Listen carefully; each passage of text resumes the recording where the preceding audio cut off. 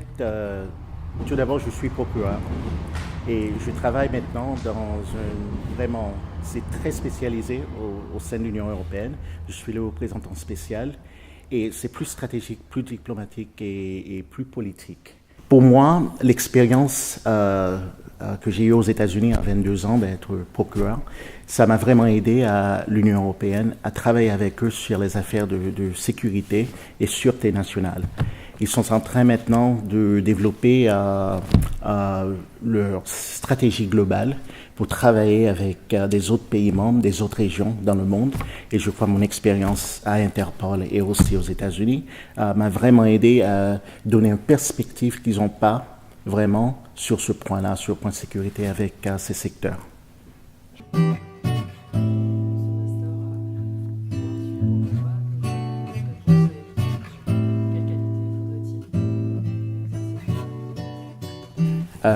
C'est très simple, il faut être passionné.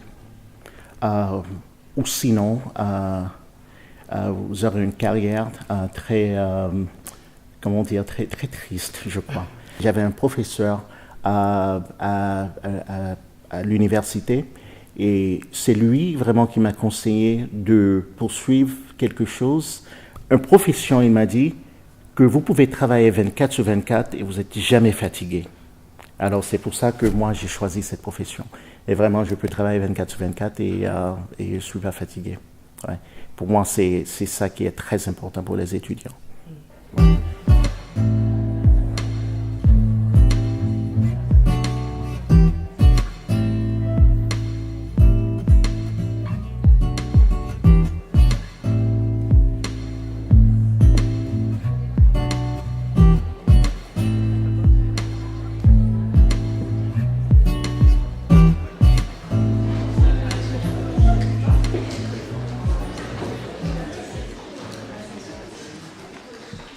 Alors, nous avons l'immense plaisir aujourd'hui de recevoir Pierre St Hilaire, représentant spécial d'Interpol auprès de l'Union Européenne, anciennement directeur du département d'Interpol de lutte contre le terrorisme.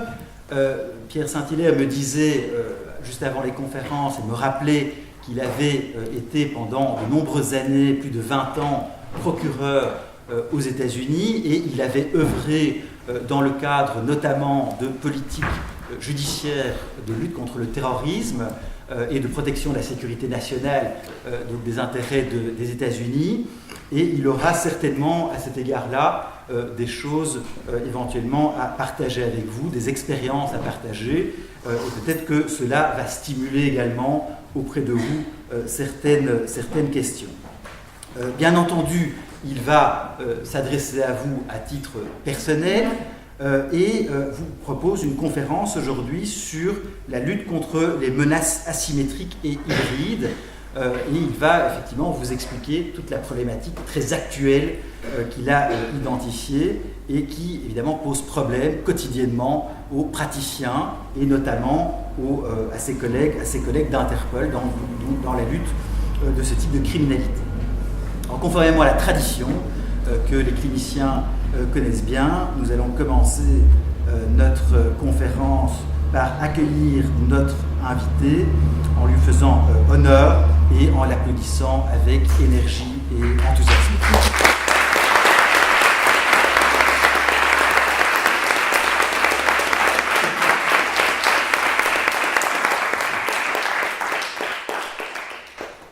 La parole est à vous. Merci Ludovic. Good evening, everyone. This will be a Franco-American evening. I will address you in the language of Mark Twain and not Shakespeare. But feel free to express yourself in the language of Molière if you like. I'll do my best to answer all those questions. I have a few questions to ask before I start. And I've done that with all of my classes because I've taught at Georgetown on a course on transitional justice and others, and it always strikes me as a very pertinent question on those who are interested in international humanitarian law. The first question I have is I'd like a show of hands of how many people have lived overseas.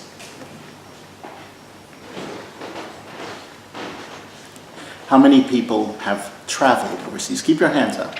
How many people have traveled overseas? And how many people would like to travel overseas? Okay. So this is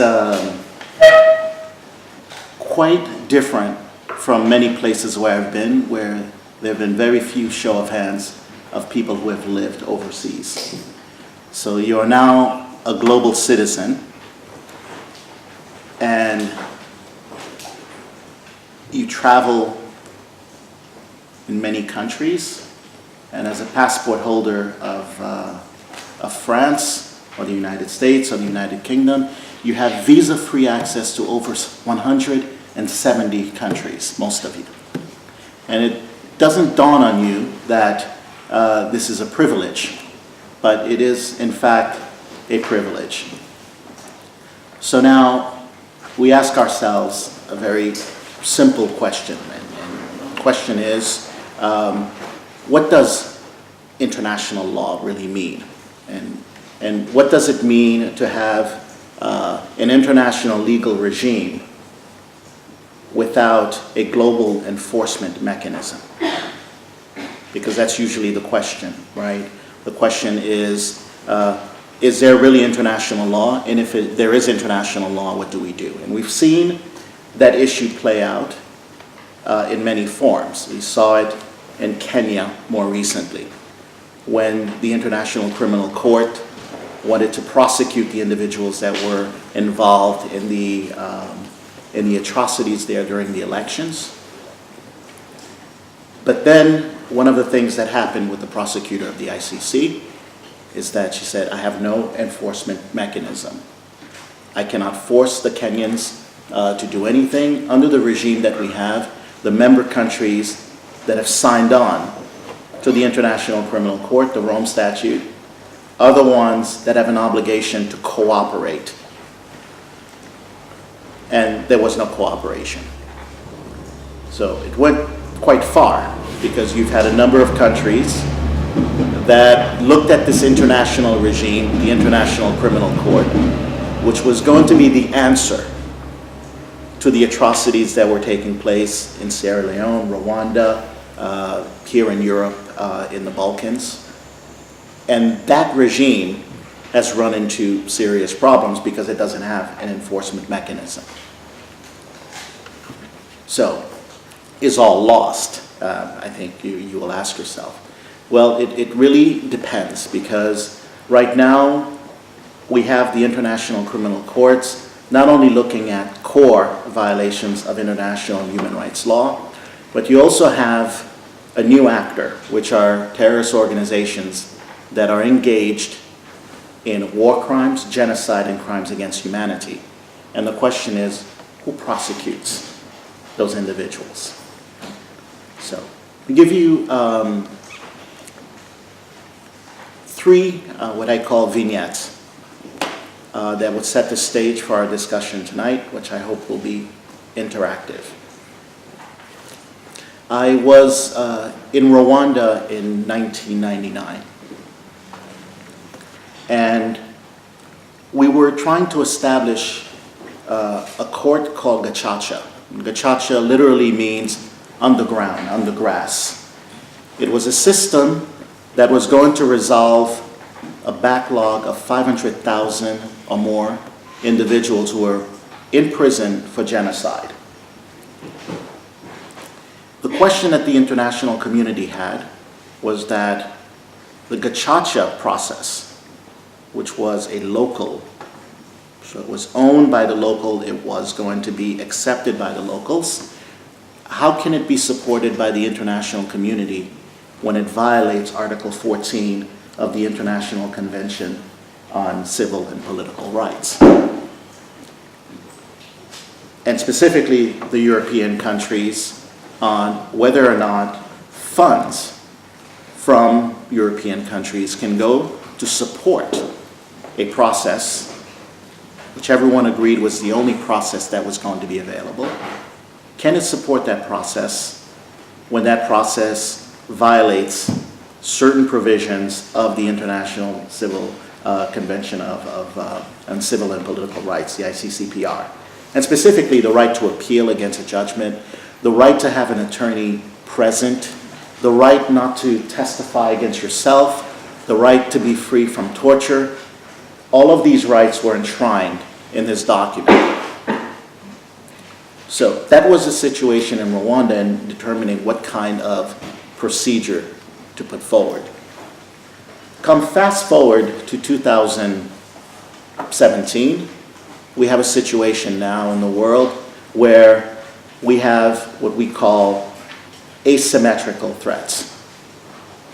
And the asymmetrical threats, or some call it hybrid threats, depending on which definition you apply, these essentially mean non-conventional threats.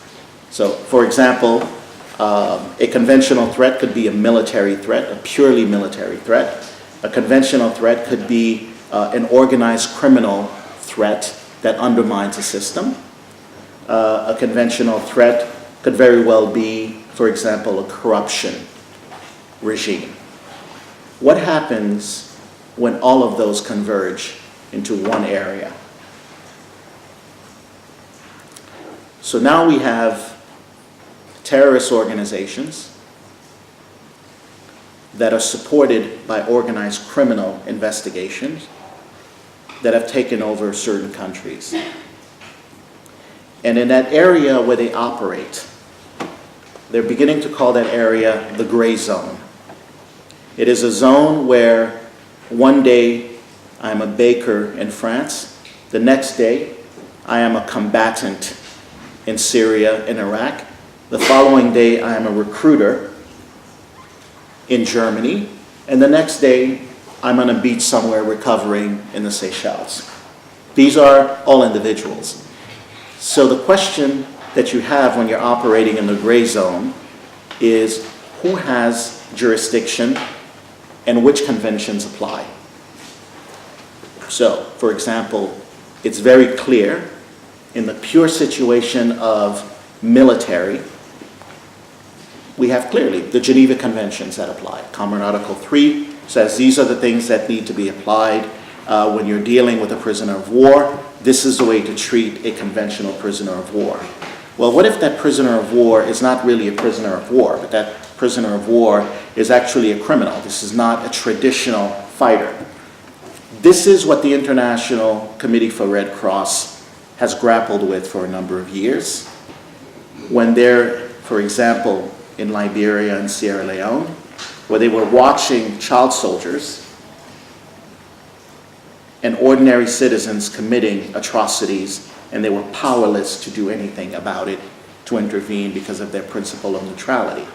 And there are many of them that ended up leaving their professions because it shocked them that this type of crime was being committed, and there was no way for them to prepare themselves for this new model of waging warfare. What is a child soldier? Is a child soldier really a soldier within the meaning of the Geneva Convention? How do I treat an individual that commits this type of atrocity? Well, that person is not really a professional soldier, because the ICRC was created to deal with professional fights among countries. All of a sudden, it finds itself in the midst of a fight that it doesn't realize and it doesn't know who is a soldier, who is the criminal, who is the war criminal, and who is the torturer. All of them have fused into the gray zone. So what do we do under these circumstances? The modern application of these problems for us are very clear. And this is something, for example, here in the European Union, as I'm working with them on these issues, are struggling with. And that is,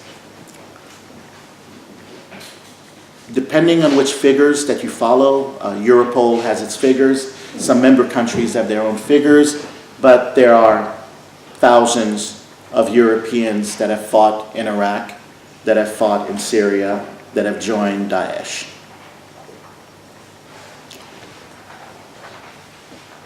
Depending on the figures that you listen to as well, from the National Counterterrorism Center of the United States, the NCTC, there are over 50,000 foreign terrorist fighters in Syria and Iraq that had joined Daesh from over 100 countries. So you're looking at potentially the implication of 100 different jurisdictions that have to address those issues. So now the situation is as follows. Everyone left to join the caliphate in Syria and Iraq. The caliphate, as you're learning and as you're seeing on a daily basis, is shrinking, and they've lost the capital of the caliphate, Raqqa, more recently. Many of these combatants are coming back. They've surrendered. They've given themselves up to the Iraqi forces and the Kurdish forces. Many of these individuals have committed heinous acts. They've engaged in beheadings. They've engaged in mass rapes of Yazidi women. They've engaged in crimes against humanity. They've engaged in, some would say, genocide. Some are Europeans that have engaged in these acts, that are returning home. Now the question we're dealing with in all of these things is, how do we get the information from Iraq, Syria, or wherever it is that they committed these atrocities to use in a national jurisdiction in Europe evidence that is admissible? The problem that you have in that theater, the gray zone, where everyone operates in, is what is admissible largely depends on the legal system where that person will be prosecuted. Getting access to the evidence requires forging relationships that are non-traditional, and these are relationships that one never had to deal with for a very long time.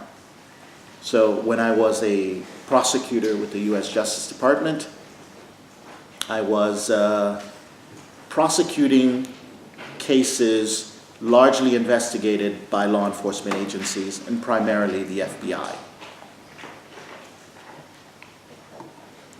When I was brought my first, what we call extraterritorial case, it was a case that happened in another country where that individual was in the custody of the other country for months before that individual was turned over to the United States for prosecution.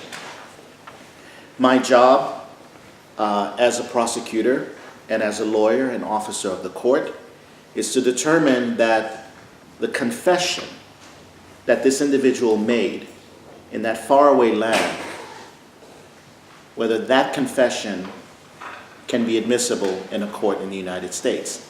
And that confession can only be admissible if it was voluntary. When we engage in a domestic analysis of what is voluntary, there's a test that applies. We have a common law system there where we have jurisprudence that guide us in determining whether or not a person voluntarily confessed. So you have to look at whether or not the person's will was overborne. And that means that you have to look at the situation they were in. You have to look at the room. You have to look at whether or not there were windows. You have to look at whether or not the individual had requested the presence of an attorney. You have to look at the age of the defendant. Everything that would lead someone to voluntarily say they committed a crime. So that's the test that we apply domestically.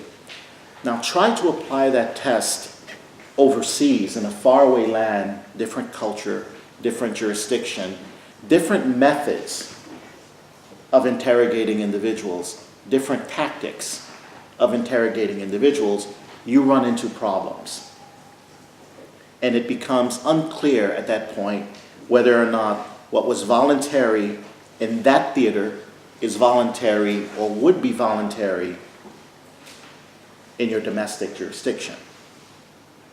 And so the first test that I had, and these are small lessons, I guess, to learn, which is why I wanted to know who's lived abroad temporarily, who's visited abroad, because much of what we do now, when we're dealing with cases that are transnational in nature, with globalization and the ability to be on Facebook with someone in the Philippines as you're sitting here listening to me, these are things that we have to understand how other cultures operate, because by understanding that other culture, you'll be able to understand how that legal system operates and whether or not you're able to cooperate with that legal system based on your own traditions.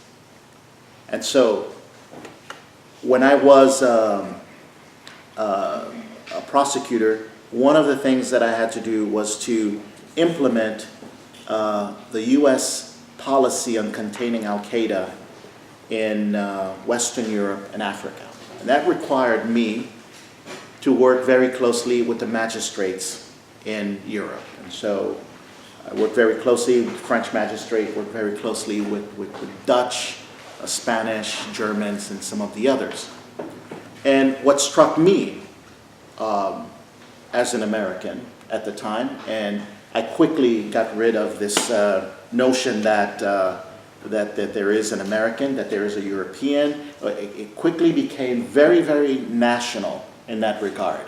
Because when I'm executing a mutual legal assistance treaty to interview a suspect in Germany, the way I'm allowed to interview that suspect in Germany is different than the way I'm allowed to interview that suspect in the Netherlands, in France, or Spain.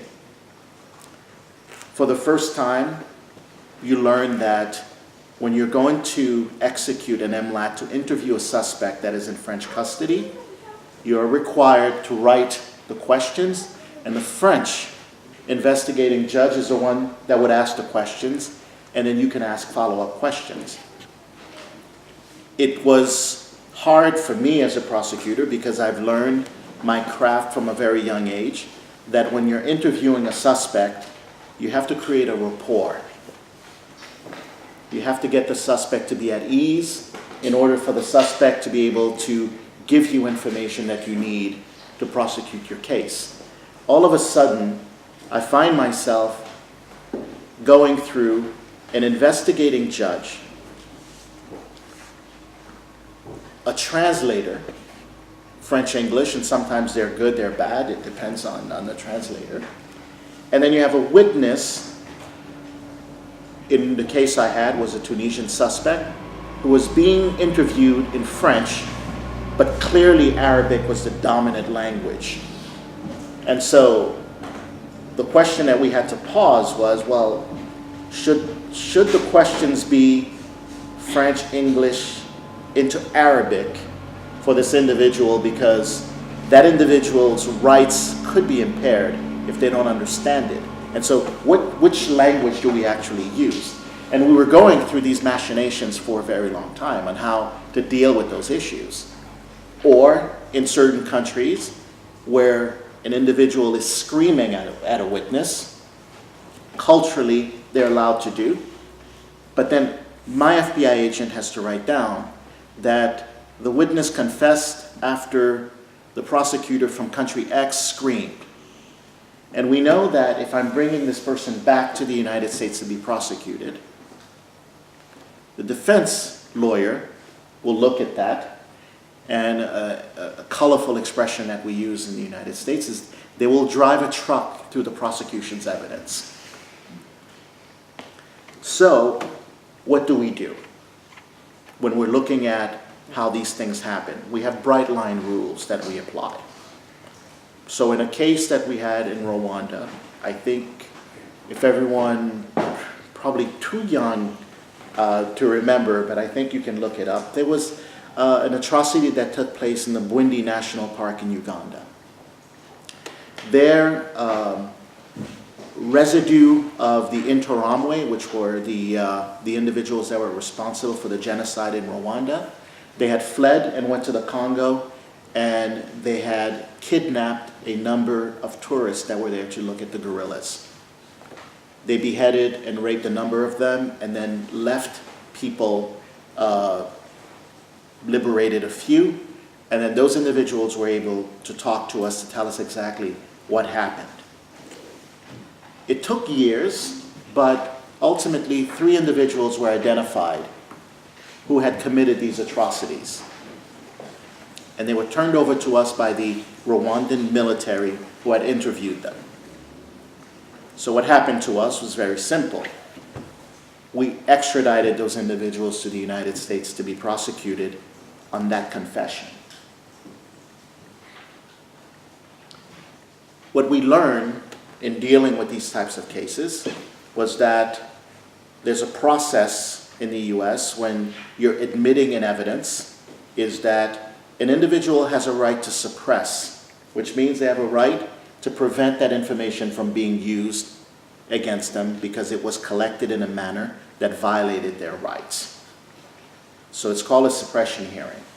And the suppression hearing then requires a judge to make a determination on whether the information can be used against the defendant in a trial. So it's a pre-trial hearing. And during this pre-trial hearing, we went through the same problems. The individuals were military from Rwanda who had never stepped out of Rwanda and probably had never stepped out of the jungles of the Democratic Republic of Congo. First time on an airplane in a foreign land. They're being questioned by prosecutors in a strange language, and they're being represented by a Rwandan translator, an interpreter, that's translating from English to Kinyarwanda, which is difficult enough to get one of those individuals in the United States because it's considered an exotic language and it's not spoken everywhere. It's not like you're looking for a French interpreter. So those are some of the challenges that we have in extraterritorial cases. Those individuals, furthermore, confessed during interrogation by Rwandan military. So we had to figure out exactly what is the method of interrogation by a Rwandan military would look like. Would it be similar to an interrogation by a Western military, or they have different methods of interrogating suspects, in which case, did that person voluntarily confess? So that's one issue. The next issue that we had was trying to determine, because there was a question of Hutu and Tutsi and who is who, is that, is the interpreter Hutu or Tutsi? And therefore, can we rely on their translation? Because it could very well be that it's a Tutsi and the Rwandans are Hutu, and therefore that person is not saying exactly what we're asking or is not reporting exactly what the witness is testifying to, because we had evidence that that was happening. So, complicating matters further. What ended up happening, as you probably would assume, is the court found that the interrogation by Rwandan military overseas violated the Convention Against Torture. And therefore, the evidence was suppressed, and the only evidence that you had of them committing the crime was their confession. So it was a great win by the defense lawyers, because the defense lawyers also went to Rwanda to learn exactly how the military operates. And they went and looked at where they were held when they were giving this confession, and they were able to document most of it. So what often happens in these types of cases, when there's a finding by a US district court judge that the individual did not voluntarily confess but was coerced, is that that individual and their lawyers, the afternoon that the court ordered them released, they went and filed for asylum. And they received asylum. Because if there's a finding that your country had engaged in abusive behavior against you, the likelihood that you will be persecuted if returned to that country is pretty high. I mean, really, there's no better evidence than a U.S. District Court judge making that finding, and then that finding being used in an asylum process. And what usually happens is the guy who may have committed these atrocities, and that happens in many of our Western countries, is driving a taxi the next day, and they're receiving public aid and things like that. And of course, you have to have policies in place. And the policy was never extradite someone on the strength of a confession alone when you're extraditing someone from a foreign country. You need some evidence to corroborate some of the evidence that you have. So, and I'm going to wrap up a little bit and then allow you to explore some of these questions.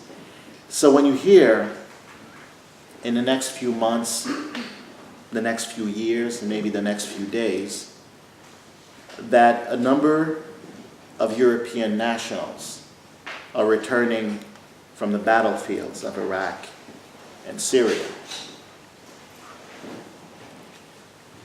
and the battlefield information is collected by the authorities, Iraqi military, or Kurdish forces, or US military forces. Expect that evidence collection to be challenged in a court here. If you have a half-decent defense lawyer, you have to also look at how much trust can you place on evidence that's collected thousands and thousands of miles away. And you have to keep an open mind, which is what I say to all the young lawyers that I've trained, those who approach the law believing certain truths that they really learn over the years, that things are not always black and white, but it's really you're operating in a gray zone. That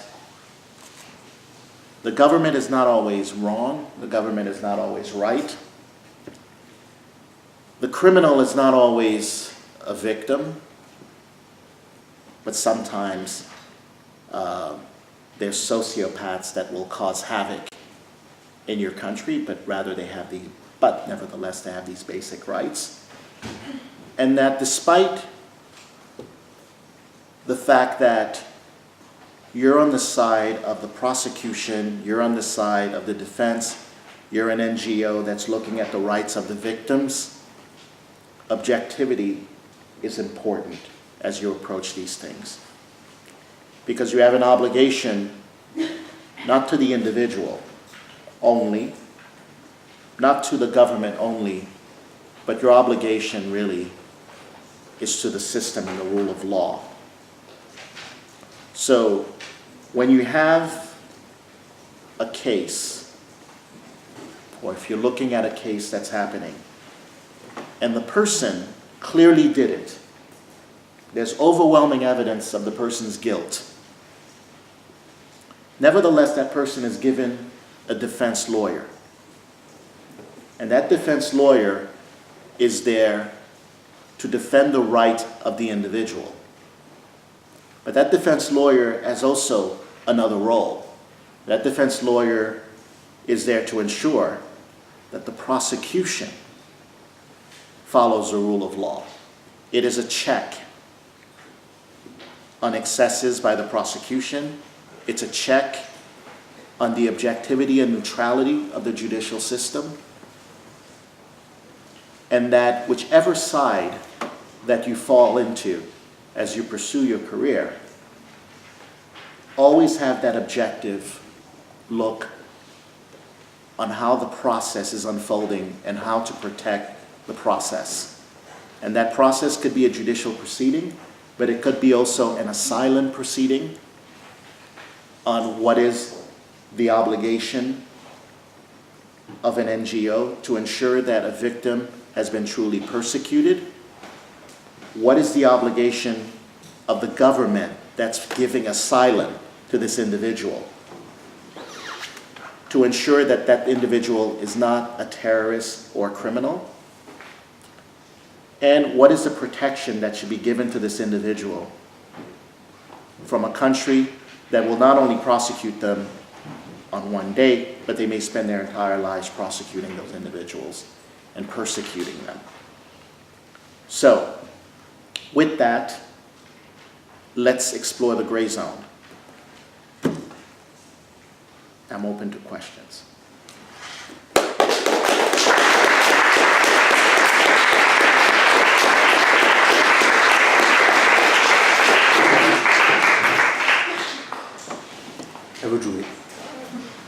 Good evening, sir. Thank you for your presentation. My question is also about Syria and Iraq.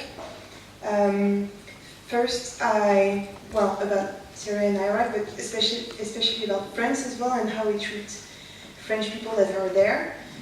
Because I feel like there is two ways to consider them. Because when we see returnees going back to France, I feel like French authorities are trying to be very careful on how they consider them, since there is a lack of evidence that they are that they participated to hostilities.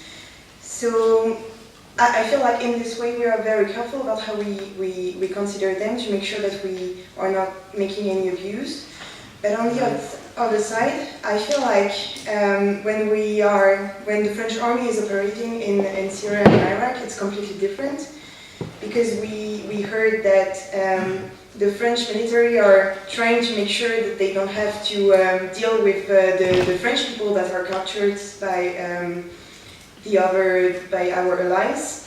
And our Ministry of the Armies as well, this week she declared that if some French people die there, maybe it's better this way. So I feel like the rule of law is good, but we only apply it when we are forced to do it. And also I would like you, if you have any idea of that, to share maybe your opinion on how the situation is going to evolve, since you said it, the caliphate is shrinking now. So what are we going to do? Do you think the situation of avoiding to have anything to do with the French people in Syria is going to continue, or do you think it's going to be different? So, thank you.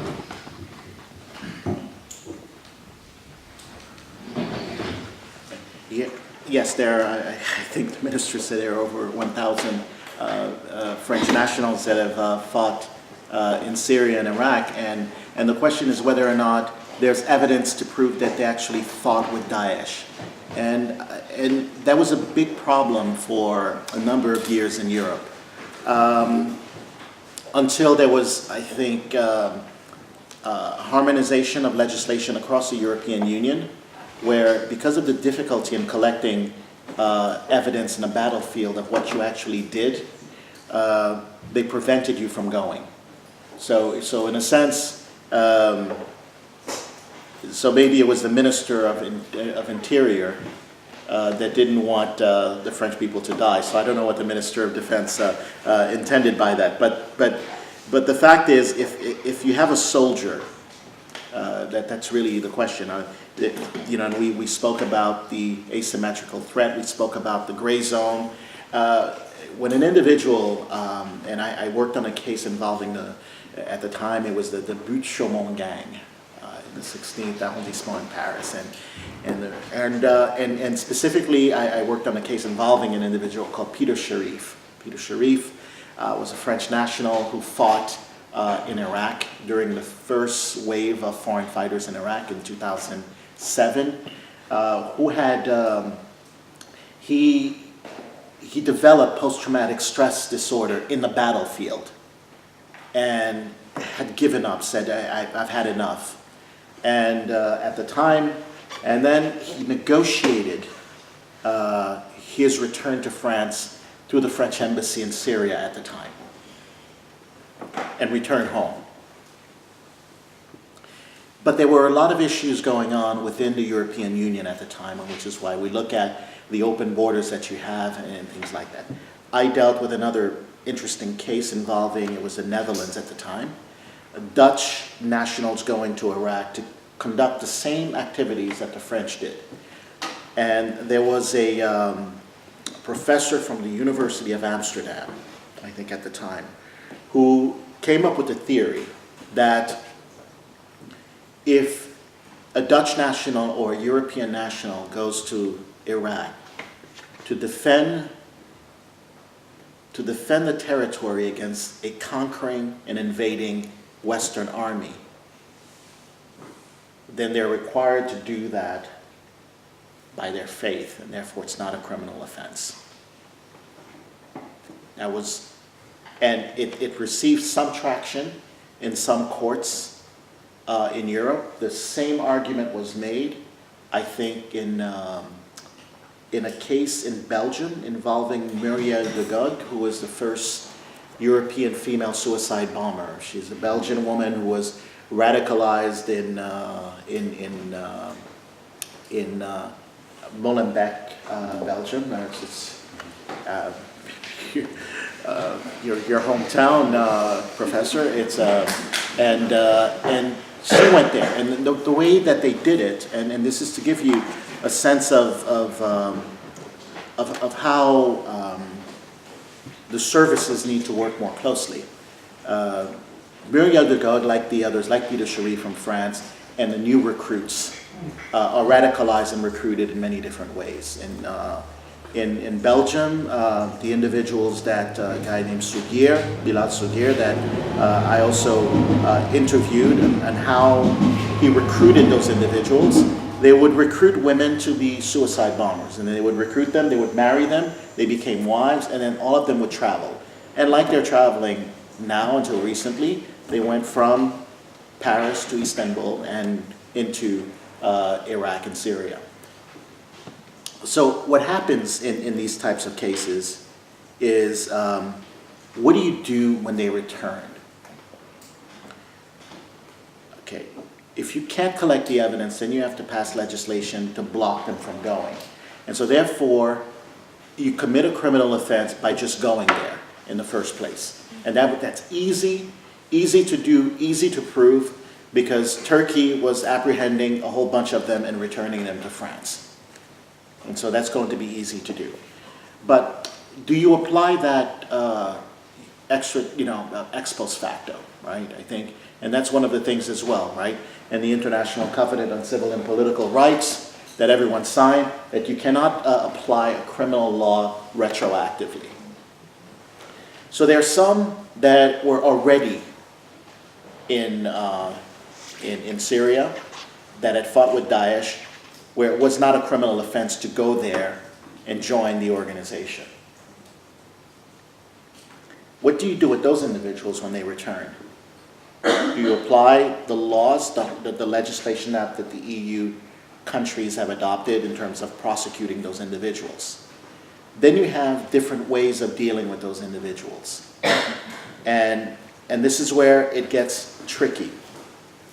Who is responsible for de-radicalization?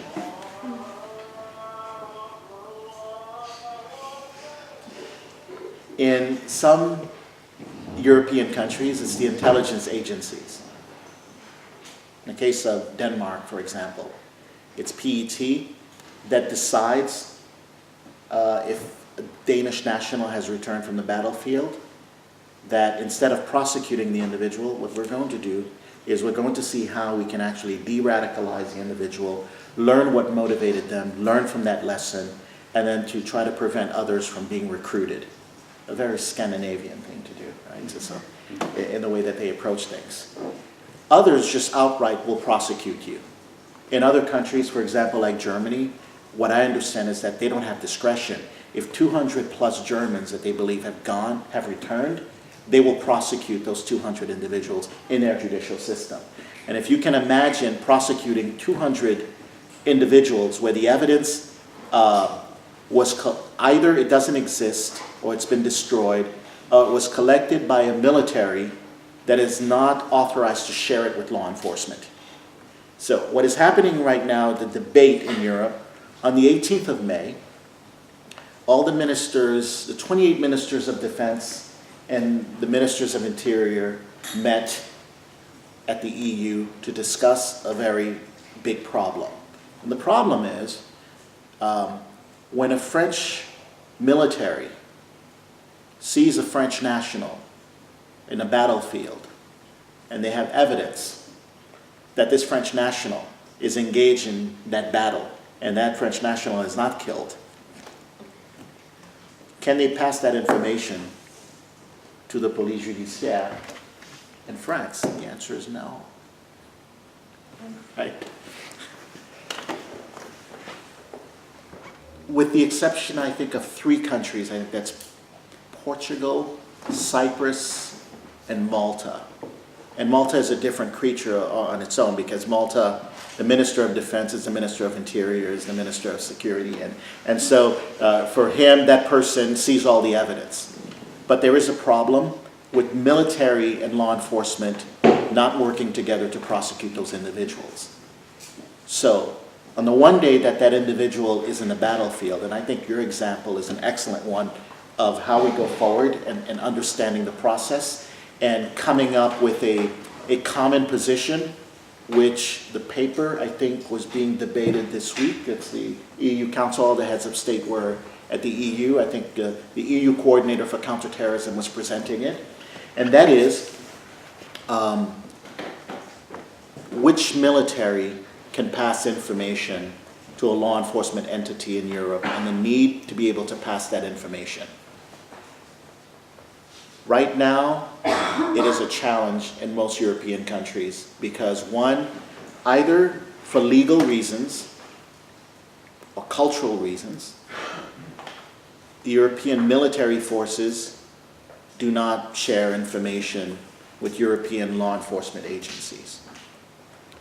And the meeting of the 2 ministers was designed to address this issue, to find out exactly how do we get past that.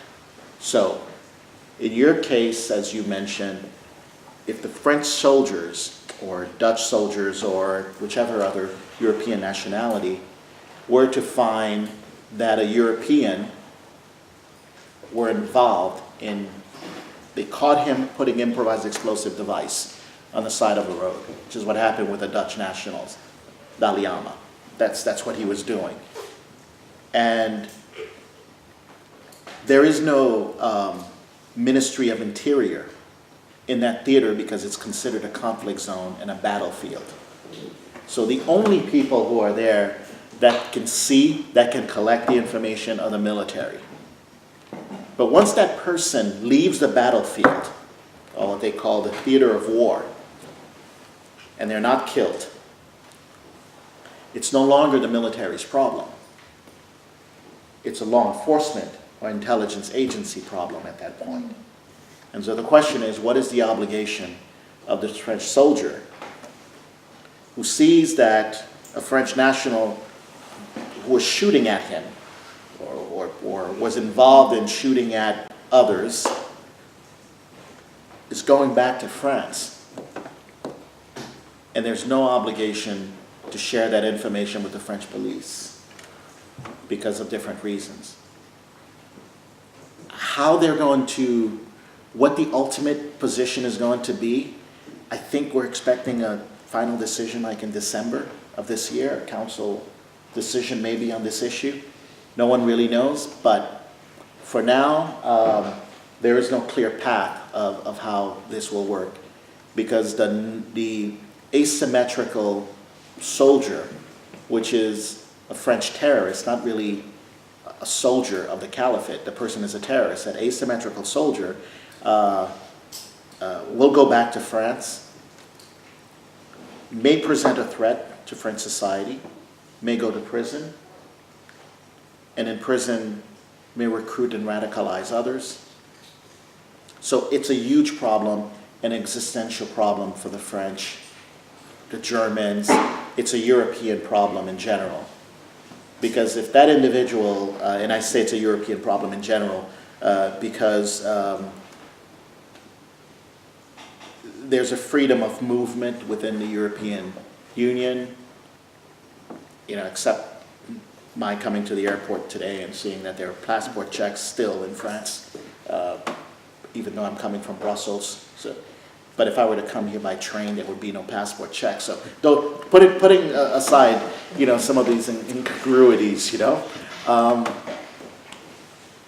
you have not a national obligation, but I think a European obligation because of these open borders to share information across borders and to share information across agencies. But within the European architecture, as defined by the Lisbon Treaty, which kind of limits what the EU can do, which areas that they can, migration is an EU issue. So the European Union can address this issue with the Commission and the Council. Terrorism remains in the province of the member states and the control of the member states, so it's not an EU issue. So a certain set of crime, even though it crosses borders, is a national issue. Other sets of crime are European issues because they cross borders. So I think these are things that will have to be addressed by the politicians here, and with people like you calling the technocrats to make sensible, commonsensical decisions on what legislation should be passed and what kind of mechanism should be put in place to deal with what they are calling now the dispersal of foreign fighters that have not been killed in the battlefield but that are returning home, and what kind of threat that they pose to the society. I have two questions. The first circles back to capacity building, and I wanted to know, do you think, to what extent has there been an improvement in the way we reconcile the global justice system and the obligations in the International Covenant on civil and political rights and local justice systems? Do you think that there's been an improvement for the countries that are going into foreign states and trying to help with capacity building? Do you think there's more understanding than there was 10 years ago?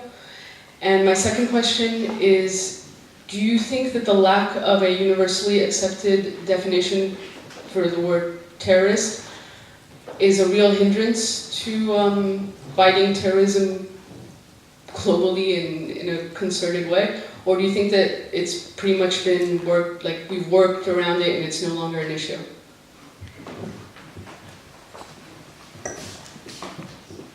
The second question first, because the first one is a bit more complex and is more involved. The lack of a definition of terrorism. To a certain degree, it is an impediment, I think, to cooperation across borders,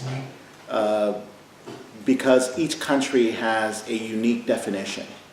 And if you don't have a universal definition, it creates problems with mutual legal assistance treaties and how they're executed. Just to give you one example.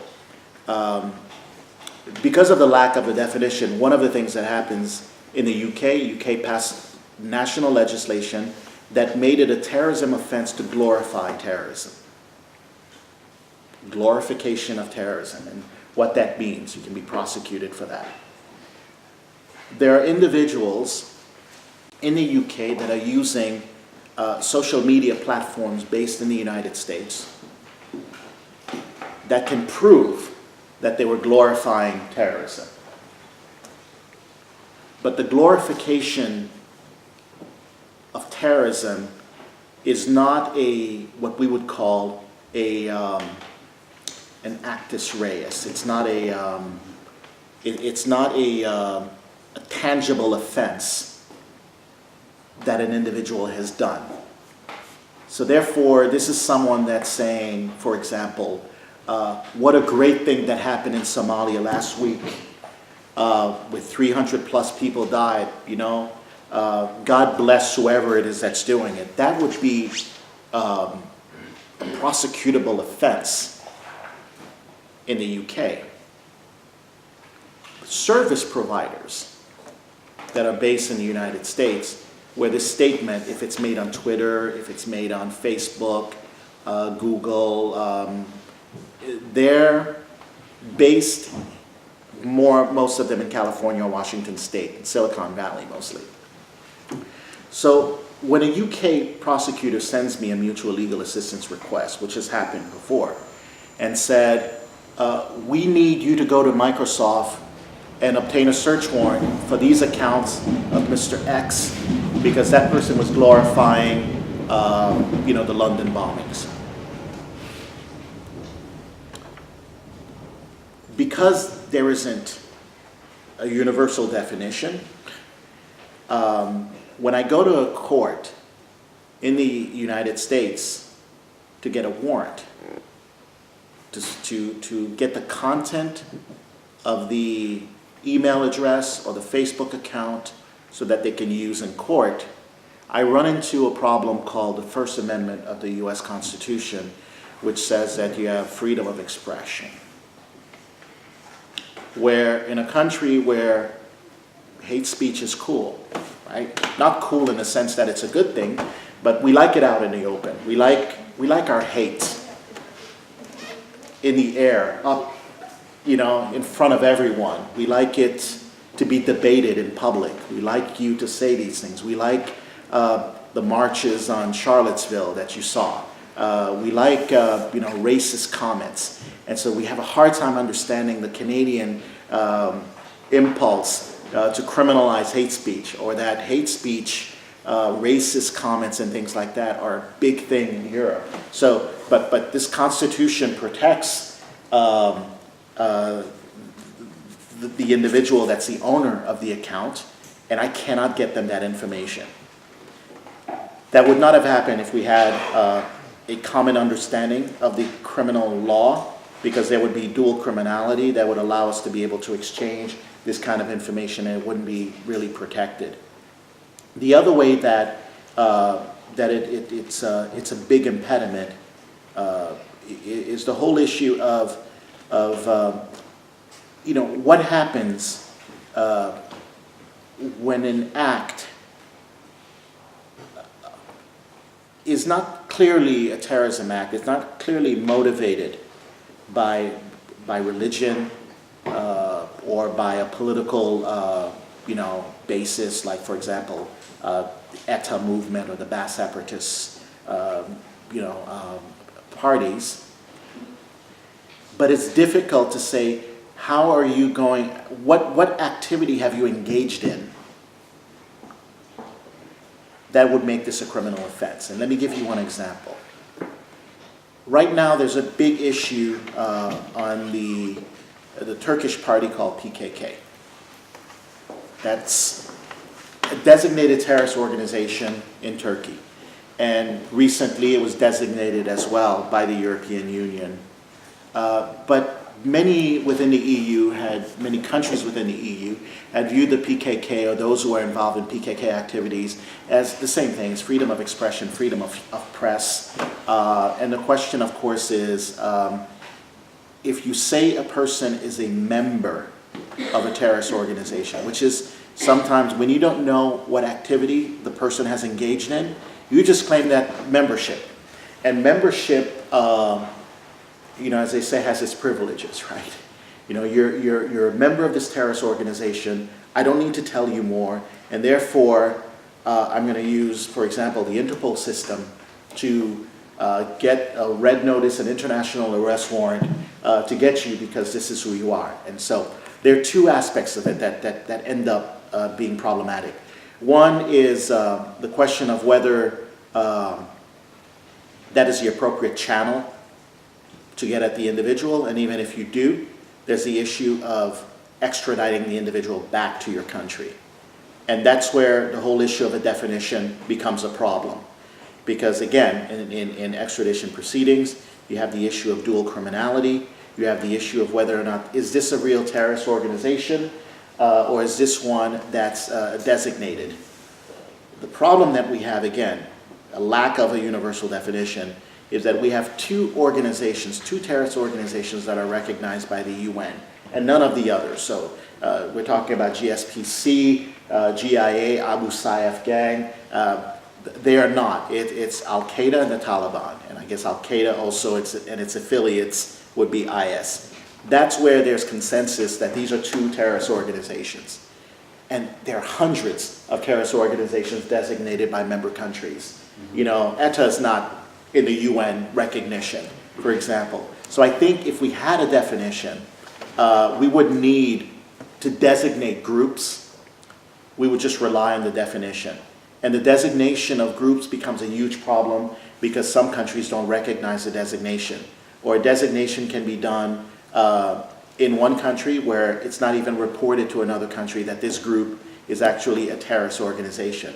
And what you're going to find is that in many of the disputes that you're going to see on terrorism, especially with either EU nationals or EU nationals with dual nationality that are wanted by another country because they're a member of a certain organization, that you'll find a reluctance by member of the EU countries to address those, to avoid political abuses of certain systems to try to get at European nationals.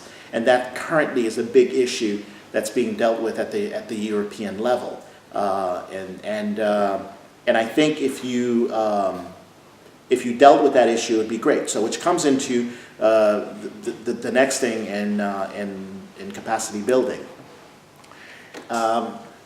Capacity building is that feel-good part that I can't really tackle the problem at its source, so I'll throw money at it, right? And hopefully it'll work. And we'll throw money at capacity building in certain countries, and if the country has a human rights record, then we won't give them any money. But let's look at a continent, for example, the African continent as an obvious one, where there's been capacity building since 1959, 60.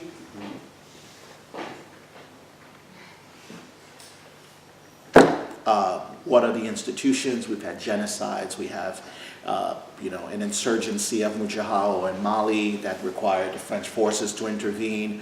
We have institutions that are completely destroyed. We have corruption issues and things like that. Is capacity building to increase human rights conditions? I think what you're looking at. Has that worked? Has that worked towards global justice? Or is the Chinese model more effective? And that is, I'm not going to tell you what to do nationally, but I'll build you a bridge, I'll build you a road if you give me your resources. And we have this, it's almost like, what do you call it, marchandage, of sorts. Is that the way really to build a country, to build an institution? The problem that we have is, and it goes back to some of the questions that were raised in terms of the political aspect, that politically you need to support a country, and therefore you will provide money to the country. Politically, you need to throw money at a problem of migration at the source because it's causing too much problem politically for the European Union to deal with. Because it's not so much that, to a degree it is, that migrants are dying and it's a bad thing, no one wants to see it. But when they actually, the migrants that don't die and that are coming into the European Union, you have a situation where Hungary is questioning a European Court of Human Rights ruling, right, on whether it should take in a certain quota of refugees. And it's causing a huge problem in the fabric of European society, in a sense that all of a sudden we're not unified anymore. It's causing rifts politically. Germany has become the bête noire because Angela Merkel told everyone to come in. And so who's taken in refugees and who shouldn't? So that becomes kind of a political issue. So as a result, we have 31 billion euros. Let's throw it on Libya and see if Libya can stop the refugees from coming in. Is that really building capacity? Yeah, I guess in some sense, but is it sustainable, really is the question. So my view is that capacity building in justice issues are not sustainable simply because they're tied to the political cycle of a country. And to give you just one example, one final example, there was great work being done by the former First Lady of the United States, Michelle Obama, and dealing with the education of girls and building the capacity of women in certain societies. And a lot of money went into that. And they believed that to be a sustainable goal, and everyone agreed that it's a sustainable goal. But it's not something that's going to last for 4 years or 8 years. This is generational that you have to deal with. But in comes, Donald Trump and the Republicans, and they basically eliminated the program. As a political issue, this is a political decision made by another party. In my view, capacity building, aid, and all of those things should not be tied to a political party, because the life of a political party is too short to really see the changes that are needed for it to be sustainable. So you can build what they did in Rwanda, you can build the courthouses, you can build the capacity of judges to be able to try cases, the prosecutors, and then you can have a genocide, right, involving those very same people whose capacities you build. And you can have the destruction of all the courthouses, which were actually used to house people, to kill people. But those are all products of capacity building. But the lack of a political engagement, which is too inconsistent by Western countries, I think contribute to the lack of sustainable growth. So I think this has to be reviewed, the capacity building, and especially in justice issues, I think it's okay to deal with issues of eradicating malaria as a capacity building issue, but justice is much more complicated than that, and that requires a more sustained engagement.